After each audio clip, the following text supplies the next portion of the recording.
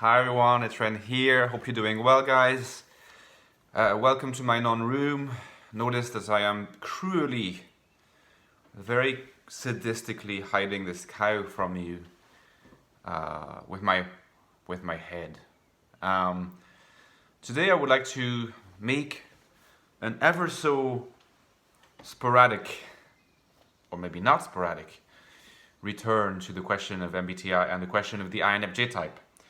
As some of you may know, as many of you know, I am one of these strange people. And ever since I got to Ireland, I've been observing my environment and I've been trying to I've been trying to, as I always do, like when I meet people, like there's a part of my brain that goes, right, so this person's MBTI type is that. What's quite interesting is that I believe that I have come across another INFJ. And what's fascinating about this is that this INFJ that I have come across is not just any person that I may have met in a bar and thought afterwards, oh, given the answers that I heard from this person, I think this person's INFJ. No, in fact, I'm talking about one of my best friends. Believe it or not, I always thought this friend was an ENFP, and I'm not talking about the Sarah Jane, the person who's hosting me here, the person who's putting me up. I'm talking about a friend of mine that I mentioned briefly in another video, in a recent video called Rachel, who had always assumed to be an ENFP because, back when we were hanging out a lot, I was not in touch with the MBTI test, and I was thinking, Rachel is very dynamic and social, and when she is in a social setting, she can contribute, like she can sort of give a certain atmosphere to a place.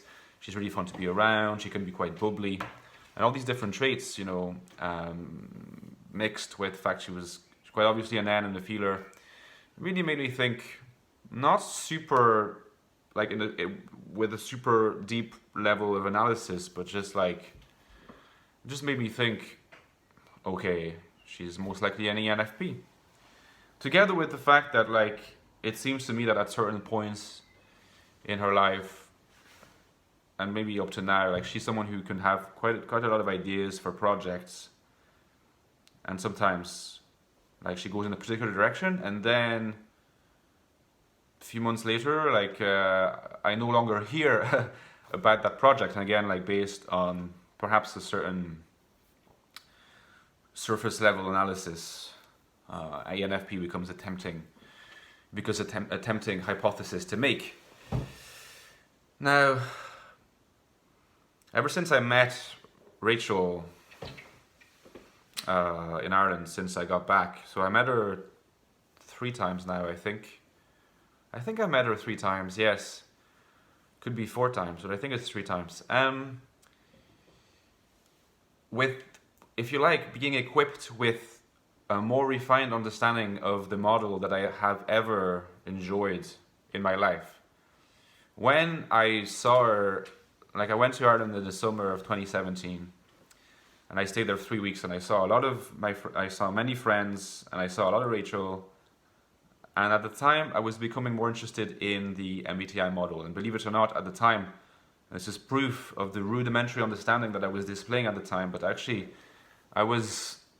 I think I was going through my phase of thinking I was an INTJ, and I was certainly going through a phase of, it was a period during which I had not accepted the possibility that I might be a feeler. That just was one of the last things that occurred to me, and in any case, I was enough of a newbie to think that I might be an INTJ after having considered INTP. And I guess I just said to Rachel, listen, Rachel, you typed as an INFJ because that's the result she got when she took the test the first time, and it was not even when she knew me. I mean, sorry, like she knew me, but she didn't know me in my more recent incarnation, as someone who takes an interest in these things publicly with people, the personality types. So I think she did like a psychotechnic test for the state because she's a civil servant, and weirdly, I think as part of that, she had to take that test, or I think it was something like that. And she got INFJ, and I said to her at the time, Rachel, I don't think you're INFJ. And I gave her the reasons I gave you, the bubbliness, the fact that she has a lot of energy, and that sometimes she starts things she doesn't finish. But it was surface level. But when I came back a few weeks ago, I knew that I was going to meet up with Rachel. And I also knew that I was going to interact with her in such a way that my ever analytic self, if you can never shut up, or if you can never stop working inside that crazy mind of mine, was going to be looking for confirmation of that hypothesis that had been made a year and a half ago, even over a year and a half ago at this point.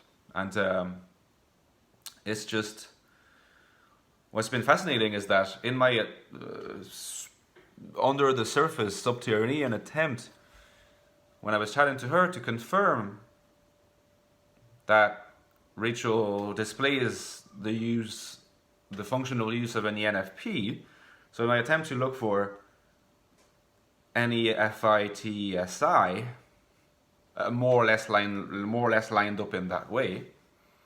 Now that my functional understanding is way better developed than it was at the time, where it was essentially barely existent. A year and a half ago, I had an understanding of NI to some extent. I was beginning to come to grips with the fact that it was a function I used a lot, and I think that's why being incapable of believing or even apprehending the possibility of being a T, being an F, I thought I'm a T who uses NI prominently. I'm more introverted than extroverted. I must be INTJ. And so that was the logic. So now I came back to Ireland. I'm in Ireland still. I met up with Rachel. First time we met up, had a long conversation. There were other people there. And my expectations were about, her being an ENFP, but I had the added functional backup to confirm it. And God, the confirmation completely failed. So I was trying to figure out what happened. I was expecting NE. And I'm not seeing that much NE. I'm seeing some, but it's not like the NEing that I was expecting. I was expecting FI, a lot of FI. But instead I see a lot of FE.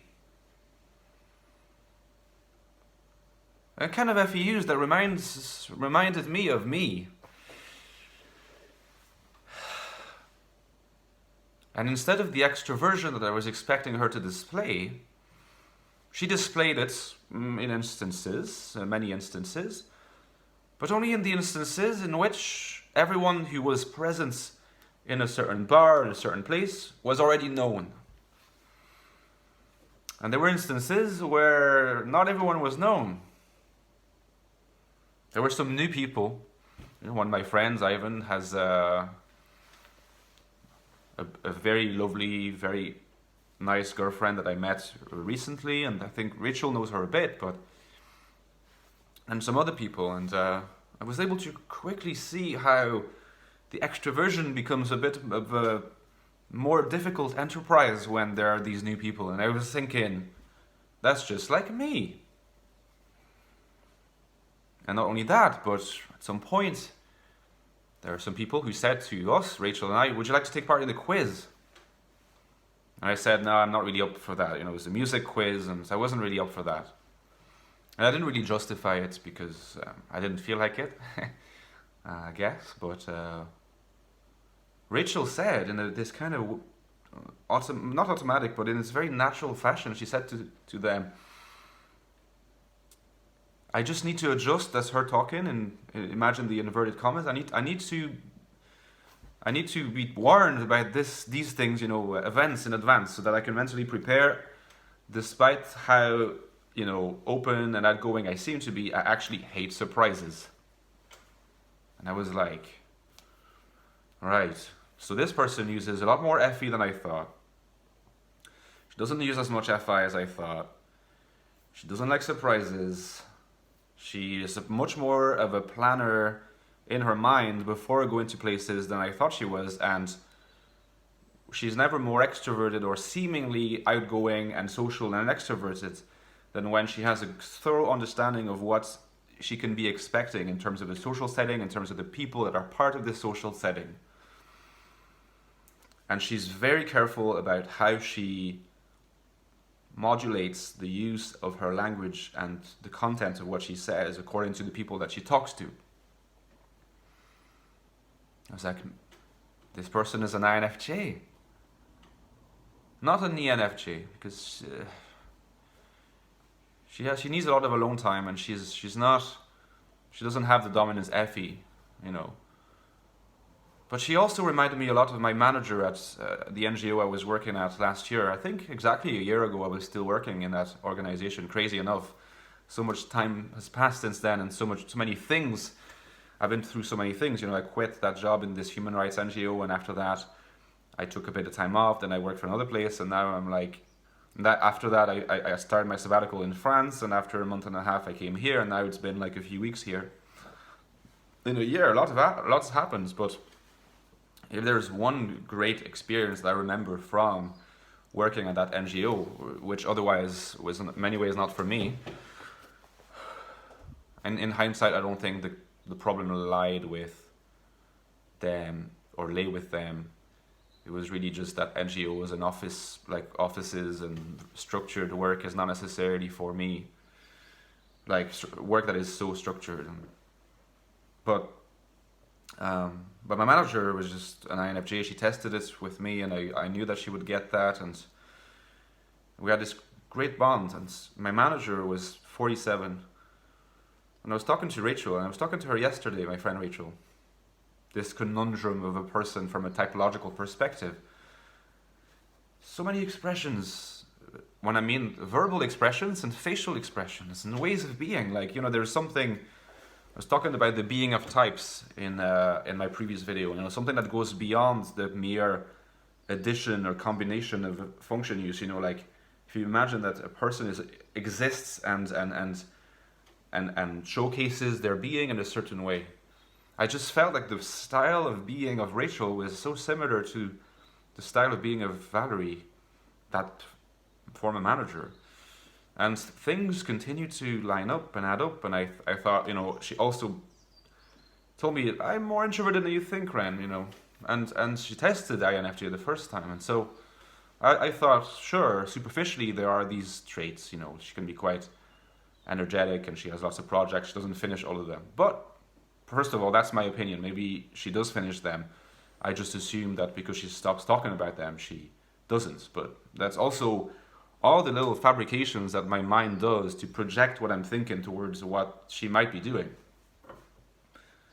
But the fact of the matter was, careful tailoring of what she says to different people with a strong sensitivity to how people are going to react to kind of what an empathy that consists in kind of sensing, without being quite able to explain it, how people are feeling and how to talk to them even when she doesn't know them too well. A need to warm up to the idea of opening up to new people and talking to them. Not being able to do it straight away, with after having warmed up at a place and being comfortable, maybe having had a drink, being capable of doing it. And it's like, she's actually very much like me. We're much more similar than I realized. And I was thinking, maybe that's also part of why we have this bond, because we have a strong bond, herself and myself. And it's really interesting, because when your interpretive lens, which is not just a tool, it's not just an instrument, it has its own contents. It colors how you view a person uh, differently. So instead of looking at the person with this kind of preconception, so this pre-coloring of the person as likely an ENFP, when I shifted back to an INFJ coloring, there was a lot less jarring in the picture that was presented in front of my eyes, and the picture had far fewer blemishes that demanded resolution, correction, or explanation than when I was trying to figure out as an ENFP. And I just realized my friend is actually an INFJ. She's not on the FETI axis. Sorry, she's not on the FITE axis. She's very much on the FETI axis. She uses TI quite clearly as well. But it's the FEUs that was more obvious than ever to me that, this time, like now that I'm here in Ireland. And so I came to the conclusion that actually one of my best friends is not an ENFP, but an INFJ. Social introvert, social chameleon, insightful thinker, but predominantly a feeler. I think my next task would probably be to try to get more into a finer understanding of how she relates to her intuition, her NI. NI is something that is not necessarily visible in someone. Sometimes you hear, well, you can see it in someone's eyes. It gives an NI dominant a certain kind of intensity. If the intensity is mediated through TE, the intensity will be kind of stare and hard like an INTJ, and if it's mediated via FE as an INFJ, it tends to be softer and more contemplative and welcoming. Now, there are lots of INFJs who do not have these obvious physical traits or giveaways if you believe in these things. Like some of them have these eyes. Apparently, I have them. But I'm not sure about Rachel. You see, also she's wearing glasses, so you never know. That could also influence my perspective. But I would like to get into the bottom of this, and I want to start asking her questions about how she relates to her intuition. She doesn't have the mastery of the functional. Not that I have a mastery of it, but she's not necessarily super comfortable talking about functional use. But she's starting to have a sketch of an understanding, and it'd be a phenomenally interesting field study, not of Rachel, but of MBTI and whether MBTI can work, sort of at the practical level, if based on all these assumptions I made about her and shifting my interpretation from ENFP to INFJ. It would be fascinating if that obviously led me then deductively to her using an I, something that I had not been able to inductively observe from empirical observation. And if she were able to say, yes, I absolutely relate to this. And if I were able then, with her, able to, to reconstruct that, the NIUs of my friend. I look forward to it, and it actually might start tonight. But anyway, that was my little update on that front. I hope you found this interesting, guys, and if this resonates, if you have anything to share, please, sorry about that, please do so in the comments. I wish you a beautiful Saturday. See you guys. Ciao.